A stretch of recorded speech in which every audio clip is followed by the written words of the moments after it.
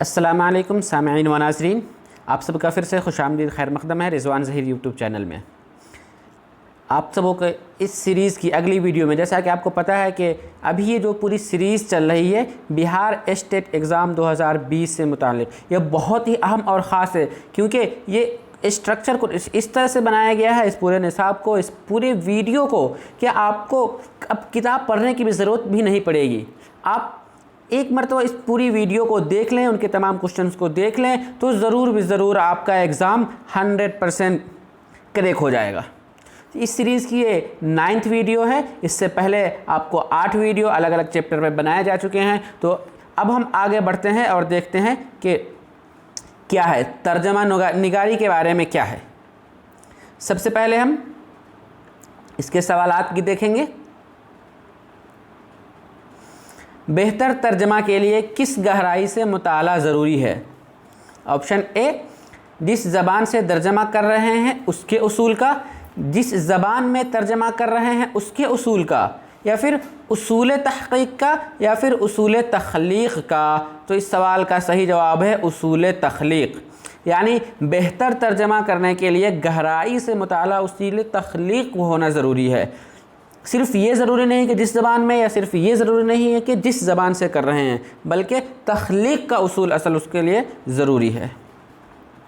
اگلے سوال کی طرف بڑھتے ہیں۔ کس صدی میں انگریزی، روسی اور ترکی ادبیات سے بھی اردو میں ترجمہ کرنے کی روایت آغاز ہوا؟ آپشن اے، 18ویں صدی، بی 19ویں صدی، سی 20ویں صدی اور ڈی 21ویں صدی۔ تو اس سوال کا صحیح جواب ہے 20ویں صدی، یعنی 20ویں صدی میں انگریزی، روسی اور ترکی ادبیات، یعنی انگلش، رشین یا پھر ترکش لٹریچرز کو بھی اردو میں ترجمہ کرنے کا روایت آغاز ہوا۔ اگلے سوال کی طرف ہم بڑھتے ہیں۔ تراجم میں کس ادارے کو فوقیت حاصل رہی ہے؟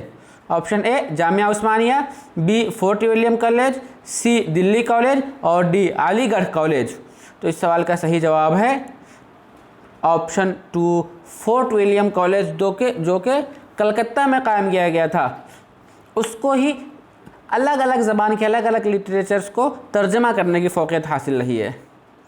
اگلا سوال ہے، ترجمہ کی عموماً کتنی صورتیں ہوتی ہیں؟ کتنے ٹائپ کے ترجمہ ہوتے ہیں؟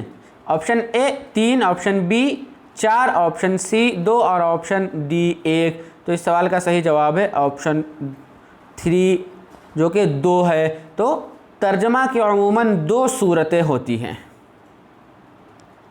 اگلا سوال ہے، مندرجہ ذیل میں سے کون ترجمہ اصل تخلیق کی ترسیل کا ذریعہ ہوتا ہے؟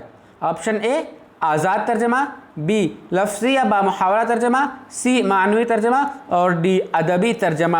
تو اس سوال کا صحیح جواب ہے لفظی و بامحاورہ ترجمہ ہی ترجمہ کے اصل تخلیق کی ترسیل کا ذریعہ ہے۔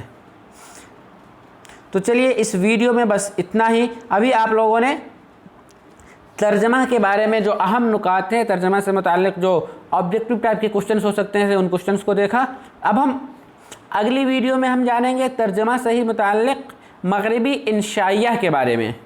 تب تک کے لیے دیجیے ہمیں اجازت، اور چلتے چلتے ریکویسٹ کر دوں کہ اگر ابھی تک آپ نے ہمارے یوٹیوب چینل کو سبسکرائب نہیں کیا تو سبسکرائب کر لیں، اور بیل آئیکن کو بھی پریس کر دیں تاکہ ہماری ہر ایک ویڈیو کی نوٹیفیکیشن آپ کو سب سے پہلے ملے۔